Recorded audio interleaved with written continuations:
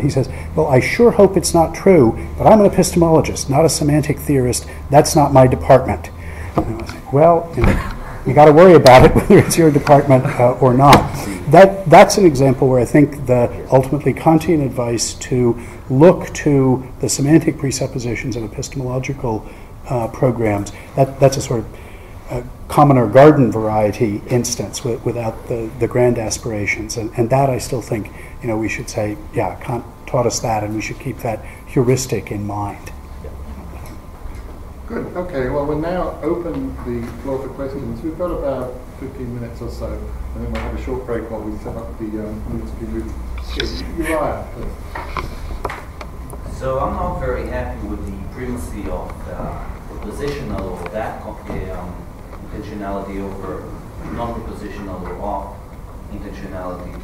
And my reason has sort of two parts. The first is, so you look at that clauses, the content specification that comes afterwards is always via a sentence, right? Whereas with off clauses, the content specification will be via a singular term. Now, it's interesting that for every sentence you can generate via nominalization, you can generate a singular term, but you can't do it the other way around. So with the sentence, the weather is nice, you can always have the nominal, the weather's niceness, or the weather's being nice. These are singular terms. And if you can plug the sentence into a that clause, you can plug the nominal into an off clause, but you couldn't do the other way around. Now, so the second part is this. If you compare the report, I think that the weather is nice, with the report, I think of the weather's niceness. In the first case, you have that intentionality. In the second case, you have off intentionality. And it seems to me that the second case is logically prior, because you could say something like, I think of the weather's niceness, but I don't think that the weather is nice. That sounds like an okay sentence. But to say something like, I think that the weather is nice, but I don't think of the weather's niceness, that sounds like a contradiction. And that suggests that thinking of the weather's niceness is somehow logically prior to thinking that the weather is nice. And more generally, that off intentionality has some kind of primacy to that intentionality. Well, it's a very interesting argument.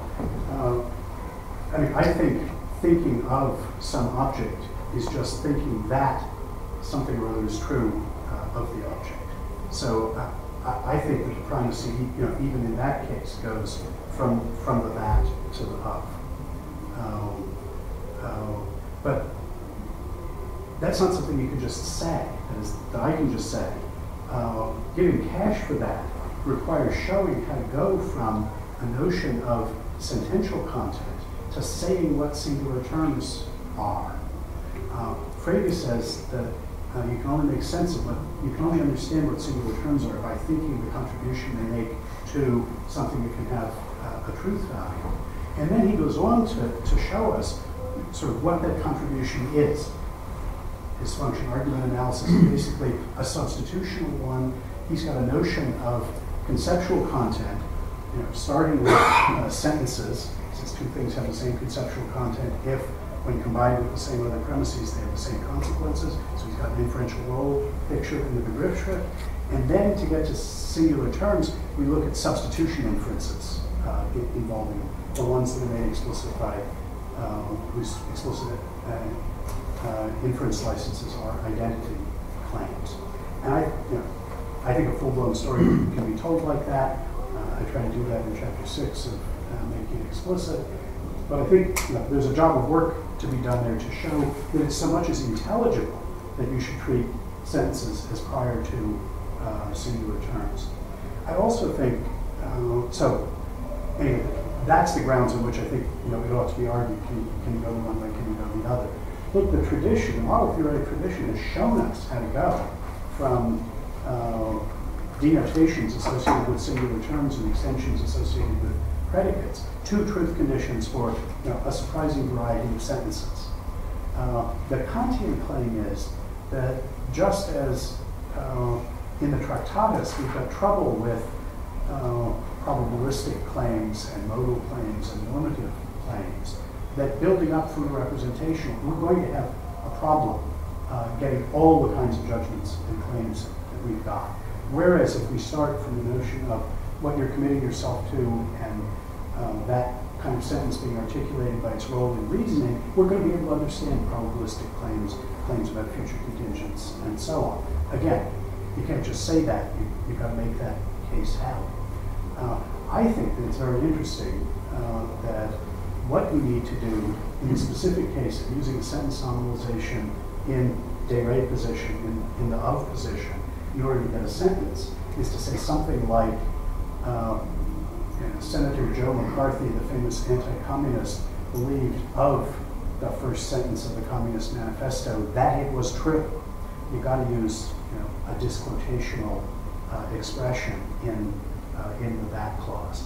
And I think that's a reflection of the primacy and the order of explanation of the proposition.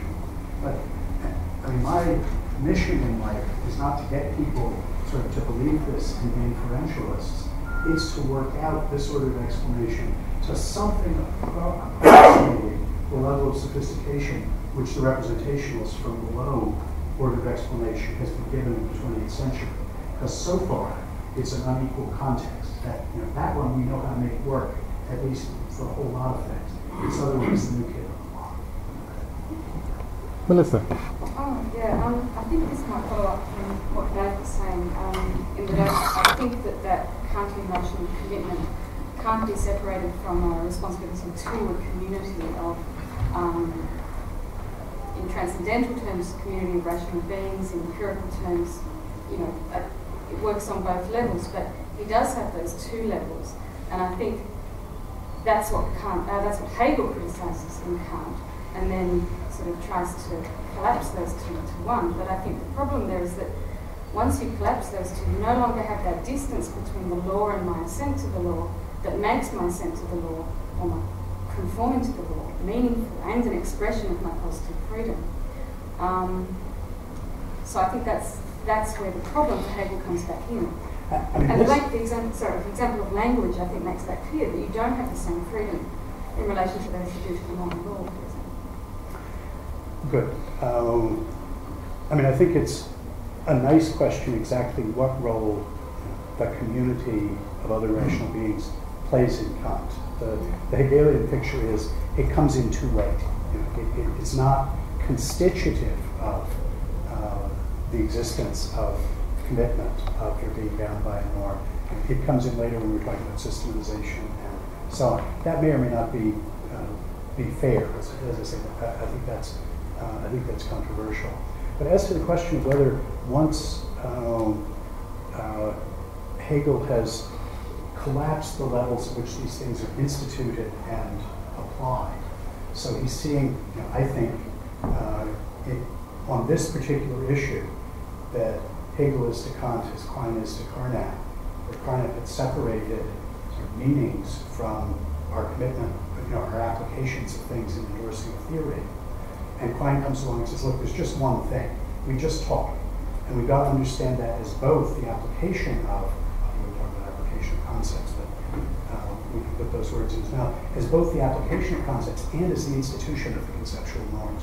We've got to somehow see those as phases of one process. And I think Hegel is doing that and pushing together those elements that Kant tries to keep apart. Does he get them pushed too far together there? For him, it's a difference between what you're implicitly committed to, just by talking, and your explicit acknowledgement of that commitment. And that difference between that transition from an implicit commitment to an explicitly acknowledged commitment, that's the essence of his expressivism, is to say, that's what we do, is become aware of ourselves by explicitly acknowledging things that it turns out we were already implicitly committed to. At the highest moral level, to treating each other in various ways as we see that social substance is synthesized by reciprocal recognition, and so we're obliged to recognize other people just by our having determinately contentful thoughts.